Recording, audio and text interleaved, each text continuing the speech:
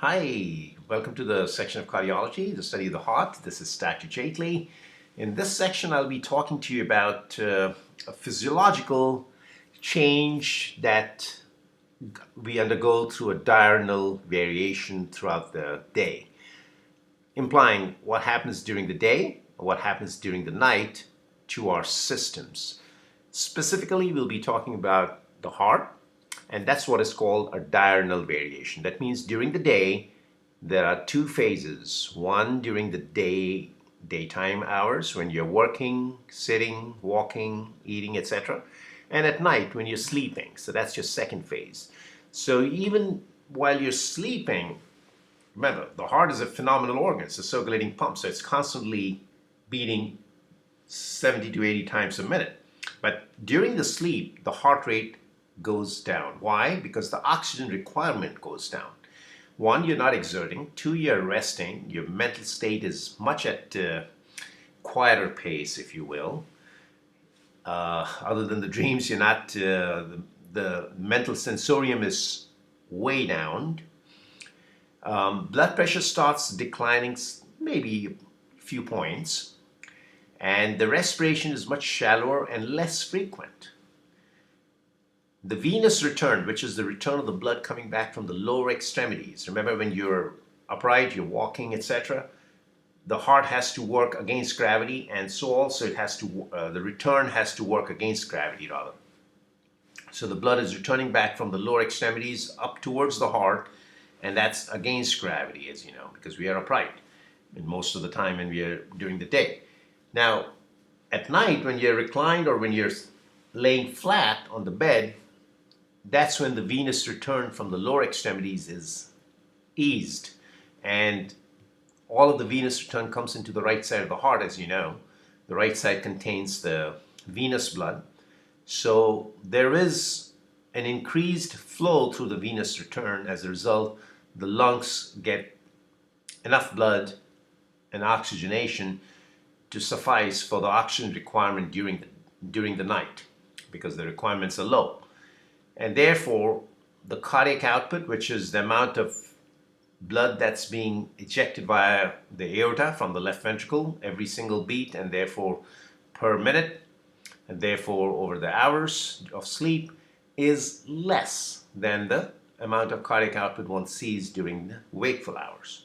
Now, all of this is happening in the first phase of sleep, which is the deep sleep.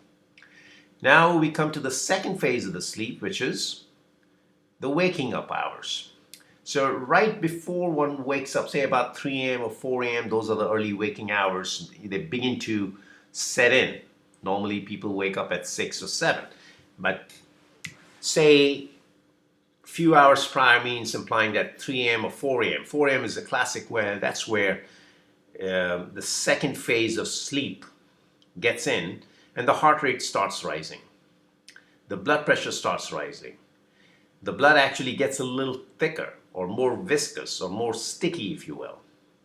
Now, these are just facts, and I think they're very important because later on we will be talking about, as we move into more advanced video sections, you will see that all of this will be helpful. Now, the respirations will become more frequent and more deeper. That means now the person is excursioning the lungs, if you will, to more wider respirations, and the oxygen requirement starts rising. And then the individual is up around like 6-ish or 7-ish, and he's fully wide awake, and you know, he's ready for his coffee and walking up to the bathroom. So the heart rate, as I said, during the sleep slows down, beat, beat, beat. During the time when the person is resting, this is the heart rate, beat, beat, beat, beat. But as the person is waking up, it goes a little faster, beat, beat, beat, beat, beat, beat. So that's a little faster heart rate as depicted on these strips. Just note that at this point, one should understand that it's because of the surge of the hormones into the bloodstream just prior to the waking hours that is responsible for the second phase of the sleep and the cardiovascular changes that occur during that time. And in fact, it's these changes that make the patient actually awakened. So it's like one responsible for the other. The hormones are pouring in, the second phase is occurring, all these changes are happening, the heart rate is increasing, the blood pressure is rising, and because of all of this, the person now is awakened. So in a nutshell, during the sleep, these are the changes that occur. The first phase, as I described, where everything slows down. The second phase, where everything speeds up a little bit. And so just make a note of that, and we'll follow more interesting aspects as we move along. Thanks for your attention, and hope you enjoyed this part.